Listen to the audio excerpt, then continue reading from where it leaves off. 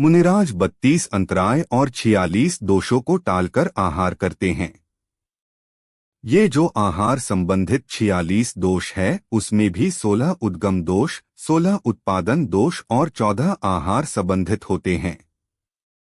आहार संबंधी 16 उद्गम दोष। उन्मार्ग गम गमन कराए, जो उन्मार्ग की ओर ले जाए उसे उद्गम कहते हैं। जिन क्रियाओं के द्वारा भोज्य द्रव्य उन्मार्ग अर्थात आगम की आज्ञा के विरुद्ध हो, ऐसी दाता की क्रियाओं को उद्गम दोष कहते हैं।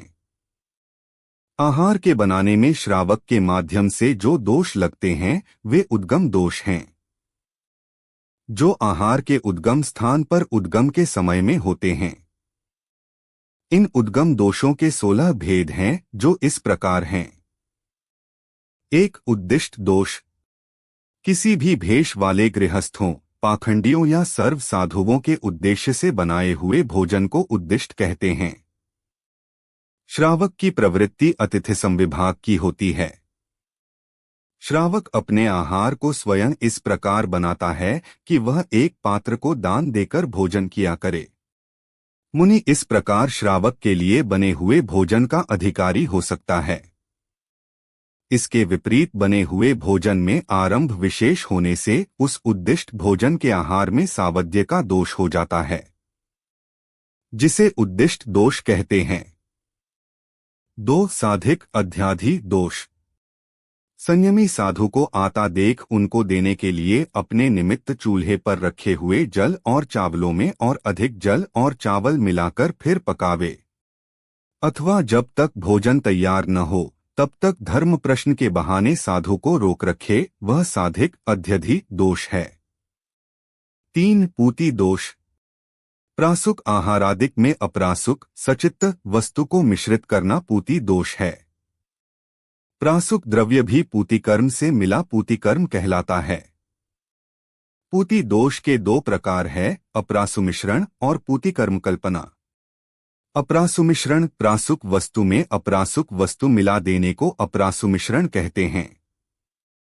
पूतिकर्म कल्पना ऐसी कल्पना करने को कि इस बर्तन द्वारा अथवा इस बर्तन में पके हुए भोजन का या अमुक भोजन का दान जब तक साधुओं को न हो जाए तब तक इसका उपयोग नहीं किया जाए, पूतिकर्म कल्पना दोष कहते हैं।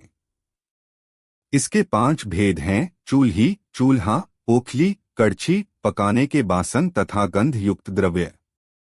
इन 5 में संकल्प करना कि इन चूल्ही आदि से पका भोजन जब तक साधु को न दे दे तब अन्य किसी को नहीं देंगे। ये ही 5 आरंभ दोष हैं जो पूति दोष में गर्भित हैं।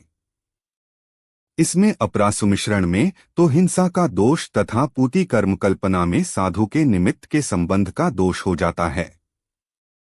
4. मिश्र दोष। प्रासुक भी आहार हो तो भी यदि पाखंडियों और गृहस्थों के साथ साथ साधुओं को देने की बुद्धि से बनाया हुआ भोजन हो तो उसे मिश्र दोष सहित कहते हैं। इसमें असंयमियों से स्पर्श, दीनता व अनादर आदि होने का दोष हो जाता है। 5. स्थापित न्यस्त दोष। जिस बर्तन में भोजन बनाया गया हो उसमें से निकालकर कटोरी आदि में रखकर अपने घर या दूसरों के घर में जाकर उस अन्न को रख दे, उसे स्थापित दोष जानना।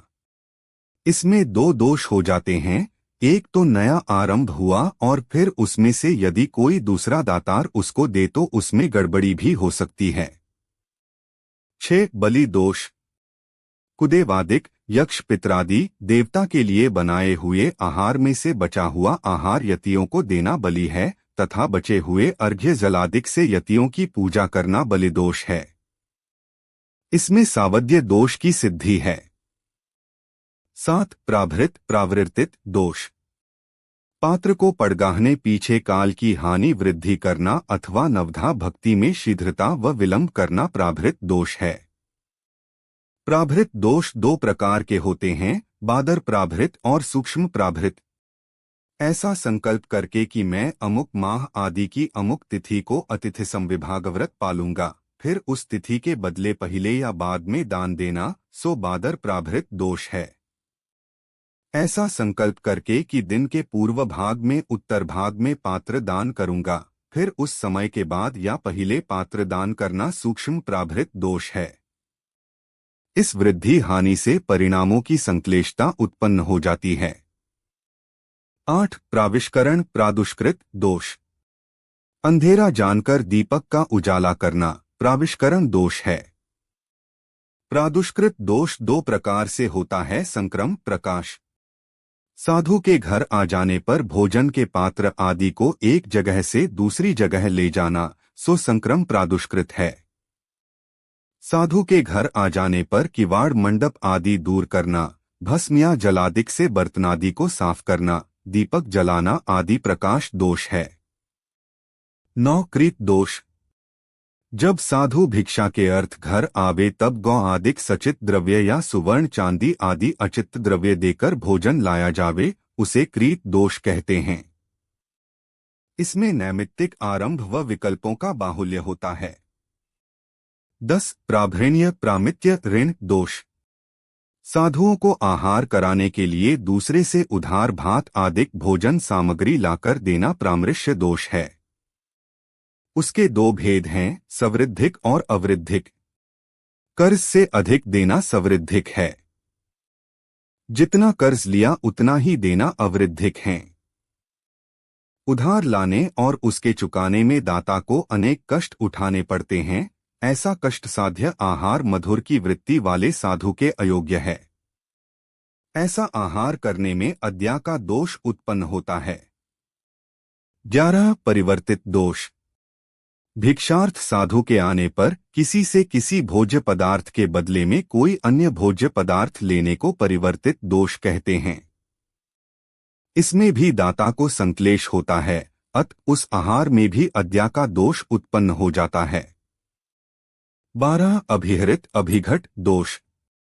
लाइन में स्थित 7 मकानों को पंक्तिबद्ध में एक दाता का व 3 एक ओर के व 3 दूसरी ओर के छोड़कर बाकी अन्य किसी स्थान से, चाहे मोहल्ला हो या गांव हो या परगांव या परदेश, आए भोज्य पदार्थों को अभिकृत कहते हैं। अभिहृत पदार्थों के आहार को अभिहृत दोष कहते हैं।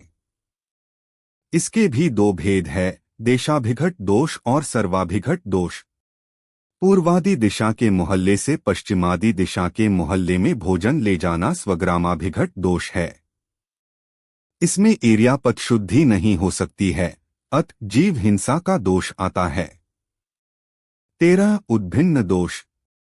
घी गुड़ किशमिश आदि कोई वस्तु किसी डिब्बे आदि में पैक हो, डिब्बे का मुख मिट्टी आदि से बंद हो या सील मोहर लगी हो, उसे खोलकर उस चीज के देने को उद्भिन्न दोष कहते हैं। इसमें जीवदया की सावधानी नहीं हो सकती व तुरंत खोलकर देने में उस वस्तु का शोधन भी ठीक नहीं हो सकता। चींटी आदि का प्रवेश हो तो उसका वारण कठिन है। 14. मालारोहण दोष। सीढ़ी अथवा नसैनी पर चढ़कर अटारी वगैरह ऊपर के खंड से भोज्य पदार्थ लाकर साधुओं को देने को मालारोहण दोष कहते हैं। इसमें एर्यापत शुद्धि नहीं रहती व गृहस्थ के विक्षेप होता है, उसके गिरने तक की भी संभावना रहती है। इसमें अद्या का दोष होता है। 15. आच्छेद्य दोष। संयमी साधुओं के भिक्षा के परिश्रम को देख राजा, चोर आदि गृहस्थियों को ऐसा डर दिखाकर ऐसा कहें कि यदि तुम इन साधुओं को भिक्षा नहीं दोगे तो हम तुम्हारा द्रव्य छीन लेंगे, ऐसा डर दिखाकर दिया गया आहार वह आच्छेद्य दोष है। जबरदस्ती बिना अनुराग का भोजन लिए जाने का दोष आता है, यह गृहस्थ के संक्लेश का कारण है। 16. अनिसार्थ दोष। दाता असरमत होने पर भी दान देवे सो अनिसार्थ दोष है। इसके दो भेद हैं, ईश्वर और अनीश्वर। दान का स्वामी देने की इच्छा करे और मंत्री आदि मना करें तो दिया हुआ भी अनिशार्थ है। स्वामी से अन्य जनों का निषेध किया अनीश्वर कहलाता है। उक्त 16 उद्गम दोष दातार श्रावक की चेष्टा के निमित्त से होते हैं। दातार श्रावक को चाहिए कि ये 16 उद्गम दोष को टालकर साधु को आहार देवे। यदि साधु को मालूम हो जावे कि दातार ने इन 16 उद्गम दोषों में से कोई दोष किया है तो साधु उस आहार को नहीं लेते हैं। यहाँ आहार के 46 दोषों में से 16 उद्गम दोषों का वर्णन है। 16 उत्पादन दोष और 14 आहार संबंधित दोषों के बारे में अन्य वीडियो से समझे। जिनवाणी माता की जय।